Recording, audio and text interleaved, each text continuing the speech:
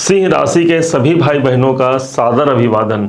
आज हम समझने वाले हैं वो कौन सी चाह है आपकी जो पूरी होगी, अर्थात राहु के माध्यम से चाहिए ही चाहिए वाला जो बात होती है वो कहाँ पर आपके सिद्ध होती है, कौन कौन सी घटनाएं ये 2024 से लेकर के पूरे मई 2025 तक आपके जीवन में घटित होगा। इस बात को हम जानने के लिए ये वीडियो आपके समक्ष लेकर के आए हुए हैं। आप एक नए मुकाम को प्राप्त कर पाएंगे, परंतु शर्त एक इतना ही है कि आप इस वीडियो को पूरा जरूर देखिएगा ताकि आप अधिक से अधिक लाभ लेकर के अपने जीवन को लाभान्वित करा पाएं। ध्यान दीजिएगा, राहु देव ठीक आपके अष्टम भाव पर सुशोभित हो रहे हैं। माना जाता है कि राहु जिस भाव पर होते हैं उस भाव की बढ़ोतरी करते हैं। यदि इस हिसाब से देखा जाए तो ये स्थान हमारे बाधाओं का है, डिप्रेशन का है, कई प्रकार से तनाव को देने वाला भी हमारा यह अष्टम भाव माना गया है। लेकिन दूसरे तरफ से यदि आज के आधुनिक ज्योतिष के माध्यम से इसे समझा जाए तो राहु परिवर्तन का सूचक माना गया है और अष्टम भाव हमारे परिवर्तन का ही घर होता है। उस हिसाब से ये राहु किसी विशेष परिवर्तन की ओर आपको इंगित करता है। जहाँ पर कोई बात काम ना आए, जहाँ पर कोई ग्रह काम ना आए, वहाँ पर आपके राहु आपके विशेष काम आ सकते हैं। इस बात को जानिएगा कैसे होता है, क्या होता है, इस बात को बड़े ध्यान से समझिएगा। समुद्र मंथन का वो समय आपको याद होगा जिस समय भगवान नारायण मोहिनी का स्वरूप धारण करके सभी देवताओं को एक पंक्ति में बैठा दिए और सबको अमृत का पान कराने लगे। लेकिन दूसरे साइड में बैठे हुए जितने भी हमारे दानवगण थे उन सबको अमृत का पान नहीं कराया गया। तभी राहु का यहाँ पर दिमाग काम करता है और वो उठ करके एक स्वांग बना करके देवताओं की पंक्ति पर, जहां पर सूर्य और जहां पर चंद्रमा है, उन्हीं के बीच आकर के समाहित हो जाते हैं। अर्थात राहु के मन में यह कामना थी कि मुझे तो चाहिए ही चाहिए, अर्थात मुझे अमृत तो मिलेगा ही मिलेगा, और किसी भी रूप में उन्होंने अमृत का पान जरूर कर लिया था। ठीक इसी प्रकार से जब राहु आपके अष्टम भाव पर है, अर्थात यहाँ पर जो प्रॉब्लम है वहाँ पर अमृत पान हो गया, अर्थात उस प्रॉब्लम से आप निकल पाएंगे। दूसरी तरफ से कोई विशेष परिवर्तन के लिए ये राहु आपके संग संग चलेंगे पूरे मई 2025 तक, आप ऐसा जानिए। ज्योतिष के माध्यम से यदि समझा जाए तो राहु के पास पांचवी और नौवीं दृष्टि, जो दो विशेष दृष्टियां इनके पास समाहित होती है, जैसे कि देवगुरु बृहस्पति के पास पांचवी और नौवीं दृष्टि विशेष होती है, उसी प्रकार से राहु के पास भी यहां पर समाहित है। उस हिसाब से देखा जाए तो 1 2 3 4 5 इनकी जो पांचवी दृष्टि पड़ती है वो आपके 12वें घर पर। यदि आप विदेशों से जुड़ा हुआ कोई काम कराना चाहते हैं तो हाँ, यहाँ पर राहु की वो भावना ध्यान रखिएगा कि मुझे चाहिए ही चाहिए, अर्थात विदेशों से जुड़ा हुआ कोई काम आपका बन सकता है। यदि आप किसी बड़े निवेश में या इन्वेस्टमेंट संबंधी काम करना चाहते हैं, राहु आपके अंदर वो अनुभूति प्रदान करेगा कि हाँ भाई मुझे वो काम करना ही करना है। दूसरी तरफ से यही वो स्थान है जो स्वयं एक बदलाव का स्थान माना जाता है, हमारा 12वां घर, और अष्टम भाव हमारा बदलाव है और यहां से दृष्टि भी बदलाव भाव पर पड़ रहा है।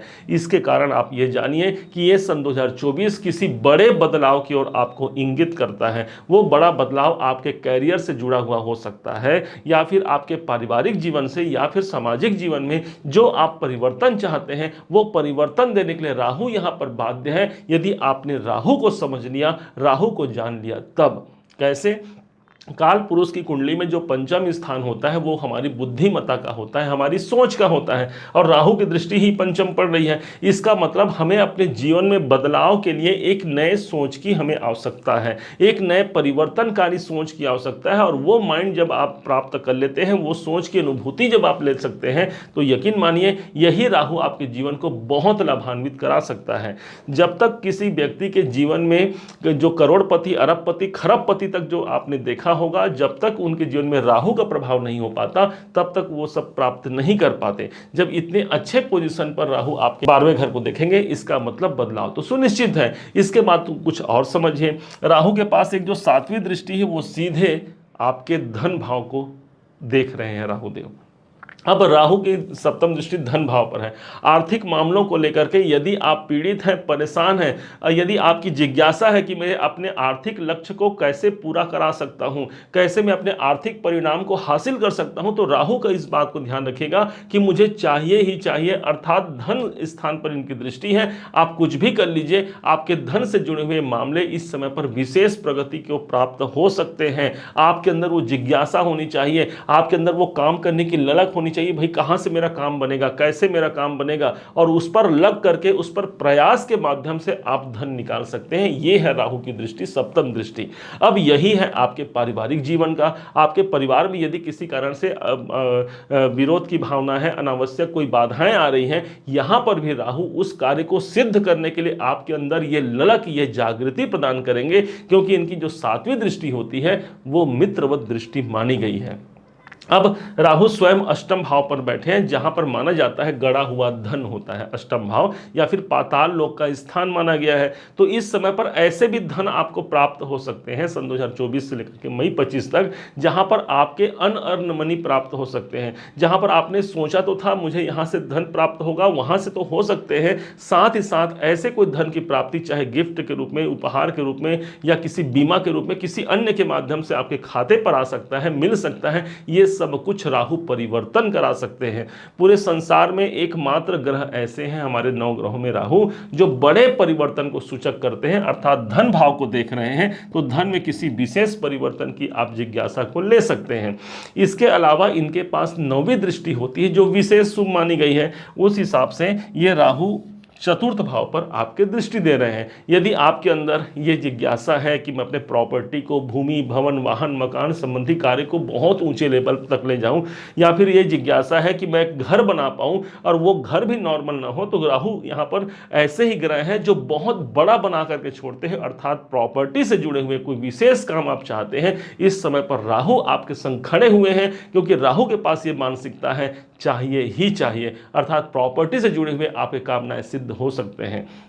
गया वो जमाना जब हम सोचते थे कि राहु सिर्फ और सिर्फ हमारे जीवन में परेशानियां और सिर्फ प्रताड़ना प्रदान करते हैं, लेकिन ऐसी बात नहीं है। राहु के अंदर वो जिज्ञासा है, वो ललक है, वो जुनून है, वो भूख है राहु के अंदर कि हाँ, क्योंकि उनके पास सिर्फ सिर है, उनके पास धड़ नहीं है, इसलिए यहाँ पर वो सिर्फ जिस स्थान को देखते हैं उसे अपना बना लेना चाहते हैं। अर्थात जब यहाँ पर चतुर्थ भाव को देख रहे हैं तो प्रॉपर्टी से जुड़े हुए कार्य हमारे अपने हो सकते हैं, कोई बड़े प्रॉपर्टी का आप संकेत इसे मान सकते हैं राहु की दृष्टि को। अब इस राहु के शुभ प्रभाव को कैसे बढ़ाया जा सके और नेगेटिव जो प्रभाव है जो आपके अष्टम में है इसको कैसे कम किया जा सके, इस पर बड़े ध्यान से आप सोचिएगा। जब राहु का सिर काट दिए थे भगवान नारायण सुदर्शन चक्र चला करके, तब राहु, एक ऊपर का भाग राहु हुआ और नीचे का भाग केतु हुआ। इन दोनों ने विनय किया भगवान नारायण से कि भगवान अब हमारा क्या। तब भगवान नारायण ने कहा कि 7 ग्रहों की संज्ञा हमारे ज्योतिष में है, 7 ग्रह तो ऑलरेडी हैं सौरमंडल में, तुम दोनों जाकर के मिल जाओ, 9 ग्रह हो जाएंगे। और तभी से 9 ग्रह की परिकल्पना हमने देखा, और यही ज्योतिष के माध्यम से हमारे जीवन में ये राहु और केतु बनकर के आए, जिसे छाया ग्रह माना गया है। लेकिन केतु ने इसे स्वीकार कर लिया, क्योंकि केतु निर्वृत्त मार्ग के हैं, राहु के पास भूख है, जुनून है, उन्होंने स्वीकार नहीं किया और उन्होंने कहा कि नहीं, मुझे इतने में स्वीकार नहीं है। देवाधिदेव महादेव की आराधना करना प्रारंभ किया, भगवान शिव शंकर जी से वरदान मांगा कि हे भगवान शिव शंकर जी, मुझे आप अपना बना लीजिए। भगवान शिव शंकर जी ने उन पर अनुग्रह करते हुए अपने मुंड की माला में एक जो मुख्य माला होता है बड़ा, जो आपने देखा होगा तस्वीर में, यही राहु को इन्होंने पिरो लिया। अर्थात भगवान शिव शंकर के हृदय के सन्निकट होने के कारण ये राहु अत्यधिक शक्तिशाली है। जिस प्रकार भोले बाबा को हम क्या बोलते हैं, भोले भाले कहा जाता है भगवान शिव शंकर को, तो भोले हैं तो बहुत भोले हैं भगवान शिव शंकर जी, और जब भाले बन गए तो उनके समान इस त्रिलोक में कोई प्रतिशोध लेने वाला भी नहीं है। ठीक इसी प्रकार से ये राहु यदि अच्छे हैं, आपने इसको यूज कर लिया, जैसे आपको टेक्निक बताया, अपनी सोच बदल करके, अपने धन संबंधी कोई मामले हैं उसको पूरा करके, अपनी वहां पर कार्य करके, यही राहु आपको अपार धन संपदा दे सकते हैं, क्योंकि इनका धन भाव पर दृष्टि है पूरे सन 2024 में।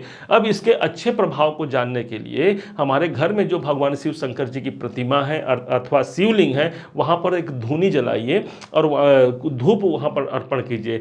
3 बार ओम नमः शिवाय के मंत्र आप बोल करके धूनी दे दीजिए, 3 बार राहु के मंत्र बोल करके धूनी दे दीजिए, और उस धुआं को, जो धुआं राहु का स्वरूप माना जाता है, राहु को हम धुआं बोलते हैं, तो वो धुआं भगवान शिव जी पर आप लगा दीजिए, अर्पण कर दीजिए। इससे होगा क्या, राहु संबंधित बाधा से आपको मुक्ति तो मिलेगी ही मिलेगी, साथ में देवाधिदेव महादेव की अनुकंपा, उनका आशीर्वाद भी आपके जीवन में इस राहु के नेगेटिव प्रभाव को रोक सकता है, और जहां जहां इनके सकारात्मक प्रभाव मिलने चाहिए वहां पर आपको ये सकारात्मक प्रभाव दे सकता है। विशेष तौर पर आप ये भी जानिएगा कि इससे जब धुआं हम देते हैं अपने घर में, जब धूप प्रज्वलित करते हैं, तो जो वास्तु दोष है हमारे घर में, ये वास्तु दोष का भी शमन होता है। तो एक उपाय ये जरूर कीजिएगा, सोमवार अथवा बुधवार के दिन इसे किया जा सकता है। राहु भूलना नहीं है आपको कि राहु की दृष्टि सीधे 12वें घर पर है। 12वां घर किसी बड़े परिवर्तन के साथ में कोई बड़ा इन्वेस्टमेंट कराता है। इसका मतलब साफ होता है कि हमारे अंदर, हमारे हाथ में यदि पर्याप्त धनराशि होगी तभी तो हम कोई बड़ा निवेश कर पाएंगे। अर्थात ये राहु आपके लिए कहीं से भी दुख और तकलीफ के कारक नहीं, बल्कि आपको प्रोत्साहित करने वाले हैं कि भाई मैं तुम्हारे साथ खड़ा हूं, अब आगे बढ़ो। और इसी को मानते हुए, भगवान शंकर का अनुग्रह लेते हुए अपने कार्य को संपन्न कीजिए। ये राहु बहुत कुछ परिवर्तन करा देने में सामर्थ्य रखते हैं। उम्मीद है आप सबने इसे समझा है, आप सबने इसे जाना है। यदि आपने इसे समझा है, जाना है, मेरे समझाने का प्रयास यदि आपको सार्थक लगा हो, मेरे समझाने का तरीका यदि आपको सार्थक लगा हो, तो हर बार की भांति इस बार भी अपना प्यार भरा लाइक और कमेंट करना देना मत भूलिएगा। और हाँ, यदि अभी तक आपने चैनल को सब्सक्राइब नहीं किया है, सब्सक्राइब भी कीजिएगा। पुनः एक बार फिर आप सभी का दिवस बहुत मंगलमय हो, इन्हीं शुभकामनाओं के साथ। ओम नमः शिवाय।